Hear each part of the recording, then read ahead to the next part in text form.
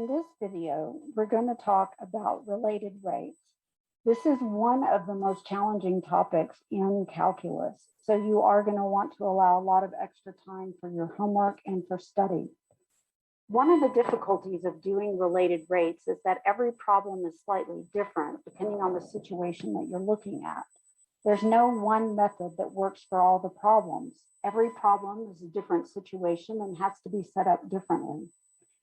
What we're talking about when we talk about related rates are two quantities, such as volume and pressure, that are changing over time. Because they're changing over time, the rates at which the quantities change over time are also related, such as dV dt and dP dt, hence the name related rates. So if the volume changes, the pressure changes. And if the pressure changes, the volume changes. And because of that, the change in pressure with respect to time and the change in volume with respect to time also change. We're going to be looking at these rates of change. And by the nature of these problems, they're pretty much all word problems. So when you're looking at these problems, you're going to need to allow some extra time to absorb the material, to gather equations that relate the equations in your particular problem, and to come up with a relationship that you can express mathematically. There are, however, some similarities in setting up related rates problems from one type of problem to the next. Let's take a look at some of the ways that we can have related rates problems set up. Our goal primarily in a related rates problem is to determine the rate of change, which is the derivative of one of the variables at a specific moment in time. So for example, when we were talking about volume and pressure, we want to know maybe what the change of volume is after 5 seconds, but we're told what the change in pressure is. So we have to come up with an equation that relates our volume and our pressure, and then we have to be able to relate their rates of change. Here are some problem-solving strategies for you to use. First, read the problem once through for a general idea of the situation, then read it a second time more slowly. The first time you read it, you're really just trying to get a vague idea of what the situation is. Do you have volume related to pressure? Do you have area related to perimeter? Do you have volume related to height of a glass? What's the particular situation that you're looking at? This will tend to lead you towards certain equations and away from other equations. So read it through once for a general idea, then read it more slowly. The second strategy that we'll use is to break the words into the parts of speech. Verb phrase, subject phrase, conjunctions, prepositional phrases, subordinate clauses, punctuation marks. For those of you who aren't good in English, roughly every 2 to 3 words, you want to stop and make note of the information you just received by drawing a picture, listing the information that's given, or labeling different parts of the picture. Sometimes you're given information that doesn't seem to relate to other things, but you want to write it down so that when you're done, all the information in the problem is on the page. In step 3 of the problem-solving process, we want to label every part of the picture that we can. Assign symbols to all of the variables involved. In step 4, we want to figure out what form the answer should take by writing something like volume equals and then put a blank. To be more precise, we might want to know the volume after 5 seconds, so you should put volume T equals 5 seconds equals blank. You want the information to be as specific as possible. When you get all the blanks filled in, you know you're finished. Part of the problem with related rates problems is that you don't always get the information you're after. And sometimes you solve the problem, but you end up with information that wasn't what you were after. You have to make sure that you're answering the question that was asked. Sometimes you get multiple pieces of information, but you're only asked for one of them. You want to be sure to answer the question that you're asked. This is why you write down X equals some kind of blank. In step 5, we need to find an equation, a mathematical equation, that relates the variables used in step 3, where we were labeling parts of a picture, to the one used in step 4, where we wrote down what it was we were trying to find. In the example we've been using, we know that we would need to relate volume to pressure. So we need to come up with an equation that relates volume to pressure. You'll also want to look at your picture and see what other variables you're given and see if there are other variables involved in the problem. In step 6, we want to use the chain rule and any other derivative rules that we need to use in order to differentiate both sides of the relating equation from step 5 with respect to the independent variable. The independent variable is often time, but that is not always the case. Sometimes it is a measure of distance, such as length, and it might be expressed as x. After taking the derivative of both sides of the equation that relates the variables involved, you'll have a new equation which will relate the derivatives or rates of change of these variables. In step 7, you substitute all the known and given values into the equation from step 6 and solve for the unknown rate of change. This is the one that you're looking for from step 4, where you wrote volume at t equals 5 seconds equals blank. I don't know. In step 8, you're going to check that the units of measure are consistent. For example, if you're solving and you have rates of change of length with respect to time, it should be expressed in something like feet per minute, or maybe inches per second, or even miles per hour. Whereas rates of change of volume with respect to time should be in something like cubic feet per minute or cubic inches per second. Always make sure that your units work out. If the units are incorrect, the problem is almost certainly set up incorrectly. In step number 9, we want to ask ourselves, is the answer reasonable? For example, if the volume is decreasing, then the rate of change should be negative. If the volume is increasing over time, the rate of change should be positive. If the distance is decreasing, its rate of change should be negative. If the distance is increasing, its rate of change should be positive. Keep in mind that rates of change are like vectors. They have a direction and a magnitude. Another thing that can be beneficial when you're solving a related rates problem is to draw 2 pictures. Draw one as a sort of before picture, before anything has happened, and another picture at a later point in time of the problem, a sort of after picture. Looking at the before and after picture can help you figure out which variables are changing with respect to time and which are growing, which would indicate a positive rate, and which are decreasing, which would indicate a negative rate. One of the biggest problems that students have when they first start related rates problems is they want to substitute in the constant values before they've taken the derivative, not after. Once you find an equation that relates the variables you're given, you must take the derivative first before you substitute any known values that are constant into the equation. If you substitute in a constant first, then obviously when you take the derivative, you're going to get 0. You must take the derivative in variable form with things that are changing with respect to time or distance before you plug in any constants. Let's take a look at example 1 and model the problem-solving process. In example 1, it says the volume of a cube decreases at a rate of 0.5 cubic feet per minute. What is the rate of change of the side length when the side lengths are 12 feet? The first time I read it, all I really got out of it were 2 words, volume and cube. However, this tells me something important because I know for a cube, the side lengths are all the same measure. That means each side has length of s or x, depending on how you want to write it down.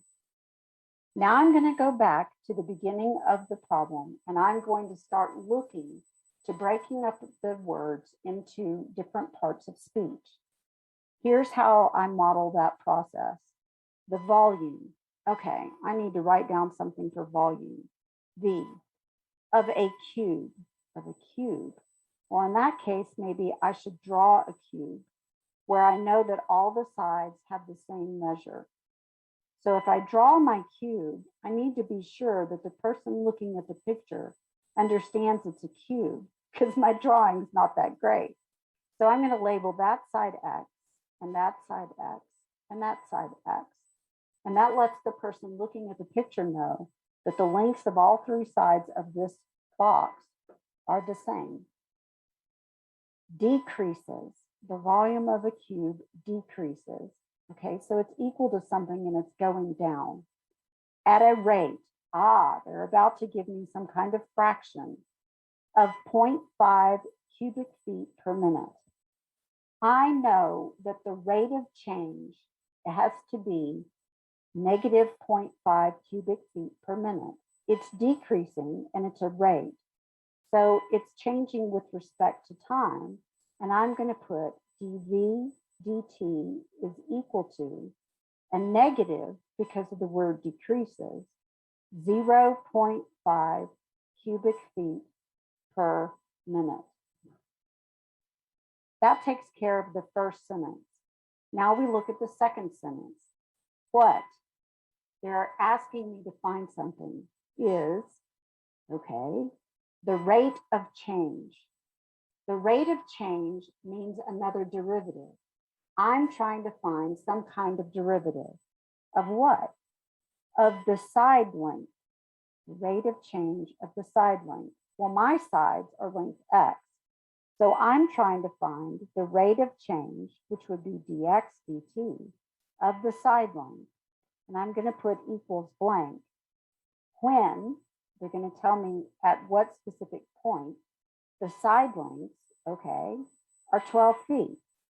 I can express this with a long vertical bar next to the rate of change, and I can put x equal 12 feet at the bottom. In other words, I want to find the rate of change when x is 12 feet. This is all the information from the words. The rest of it has to come from you.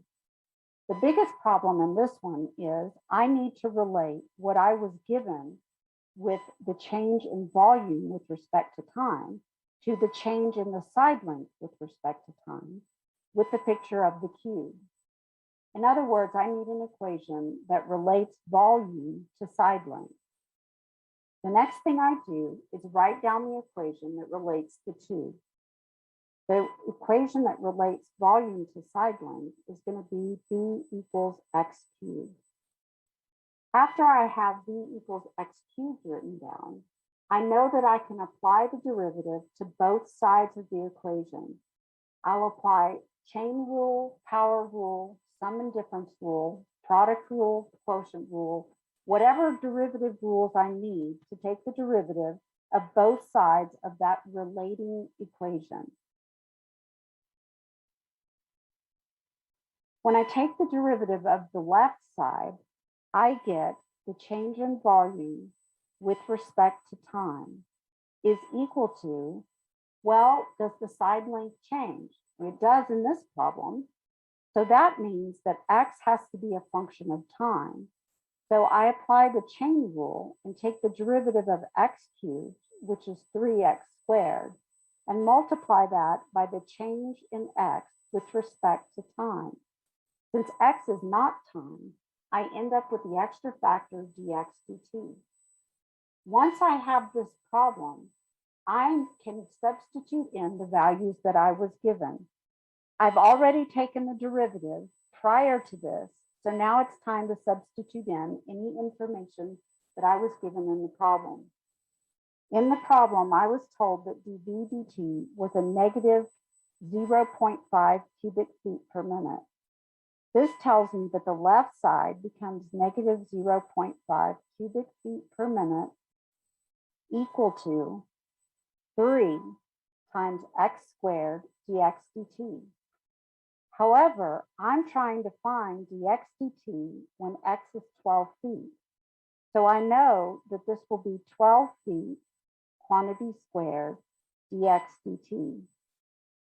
Now, the only thing that I don't know in this equation is dx dt. The rest of this is going to be algebra, solving the equation for dx dt.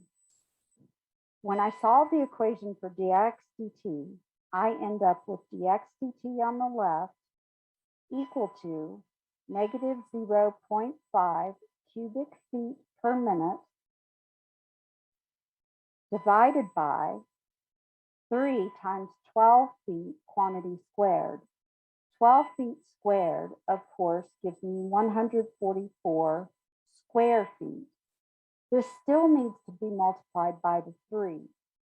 So then I can divide on the right side by 3 times 144 square feet. Notice that feet cubed divided by feet squared will give me feet. The correct units for dx dt should be feet per minute. When you multiply out these various expressions, you should come up with negative 1 foot every 864 minutes. Okay? This would be the value that you get for the result. Then you check to make sure that this makes sense. If the volume is decreasing, then the side lengths must also be decreasing. So dx dt should be negative, and that is what we got. The answer makes sense, so we can move on to the next equation. Let's look at another problem that's kind of challenging in the way that it gets set up.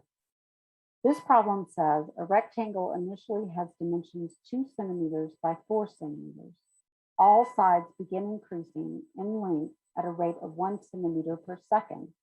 At what rate is the area of the rectangle increasing after 20 seconds? All I got out of it on the first read was that it was a rectangle and that the sides were getting longer because it said increasing.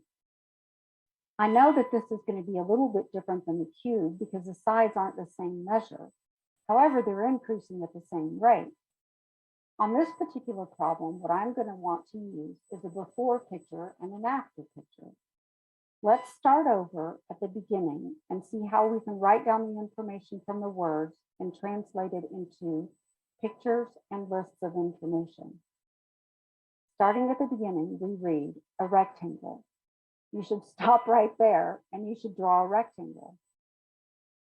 Remember that in a rectangle, the length and the width are not necessarily the same. Initially, that means at the beginning time. That means later it's going to be different. This is a good indication that I need a before and after picture. Has, got it. Dimensions, okay. 2 centimeters by 4 centimeters. I'm going to stop and label my first picture 2 centimeters by 4 centimeters. And I can label this one before. All sides, okay, begin increasing, all right, in length. Okay, they're getting longer at a rate, of 1 centimeter per second. Let's draw an after picture that shows what it's going to look like after some time. Since the width has gotten longer and the length has gotten longer, I need to draw a larger rectangle.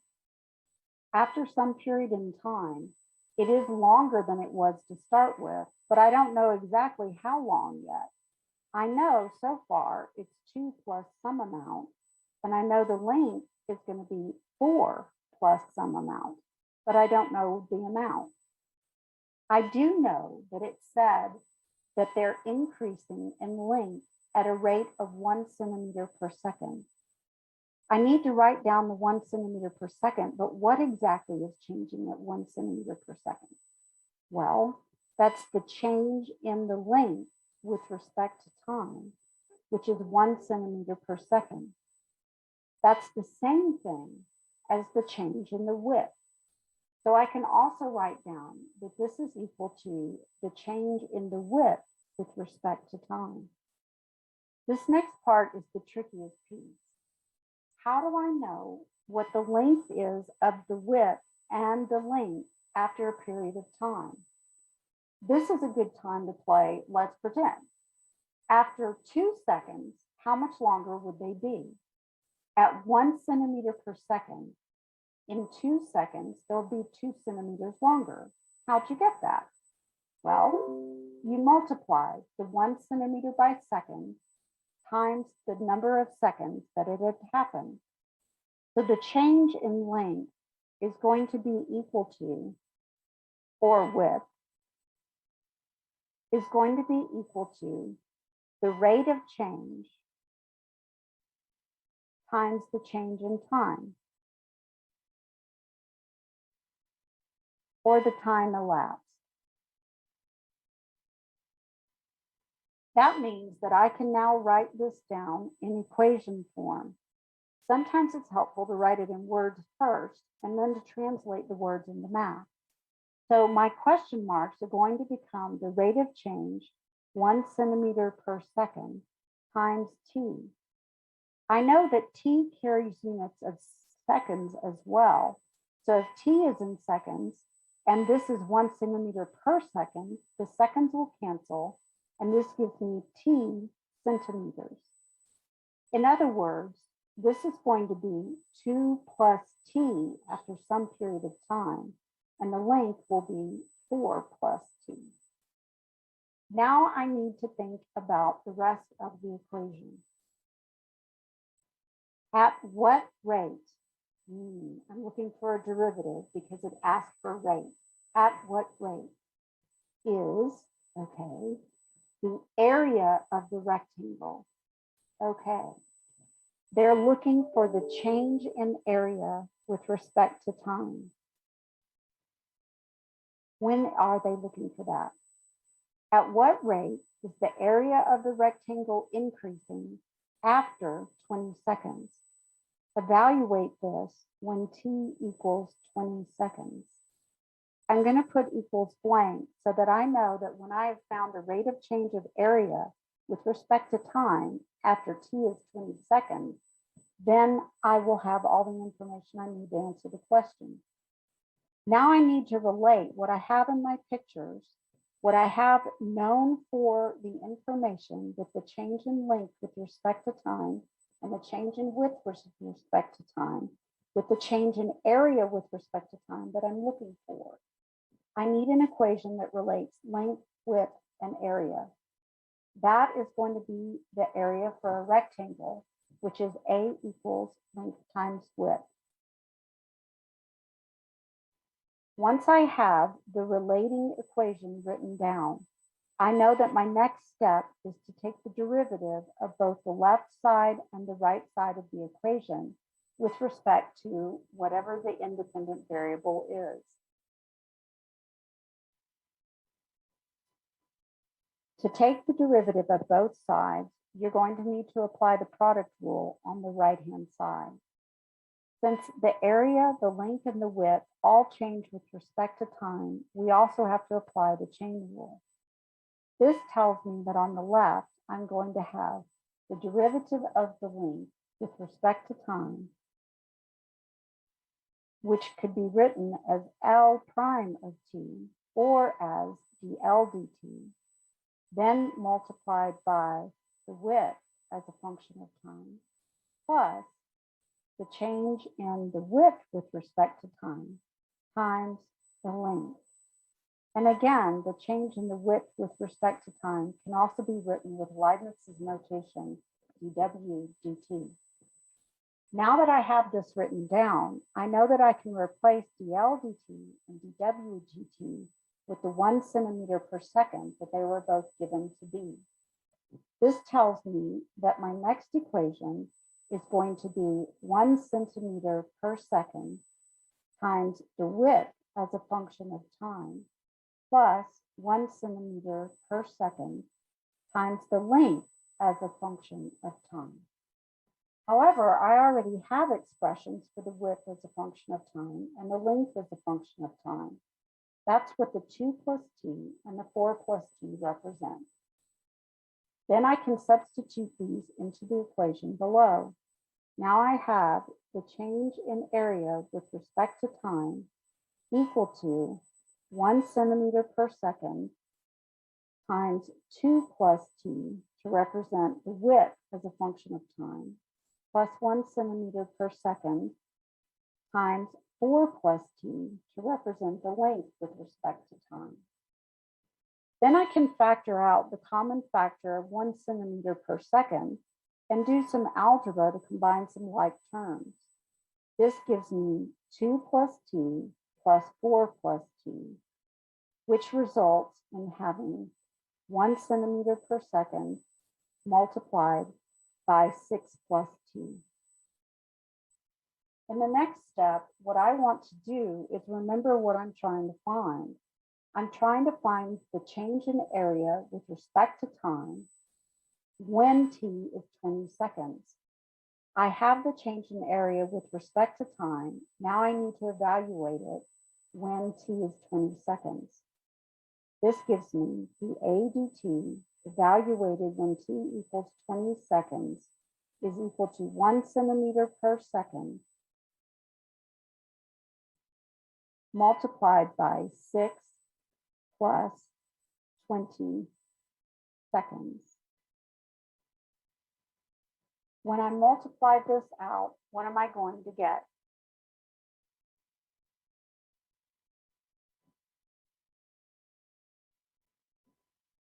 Oops, I've noticed an error. I seem to have forgotten to put the 2 on the t.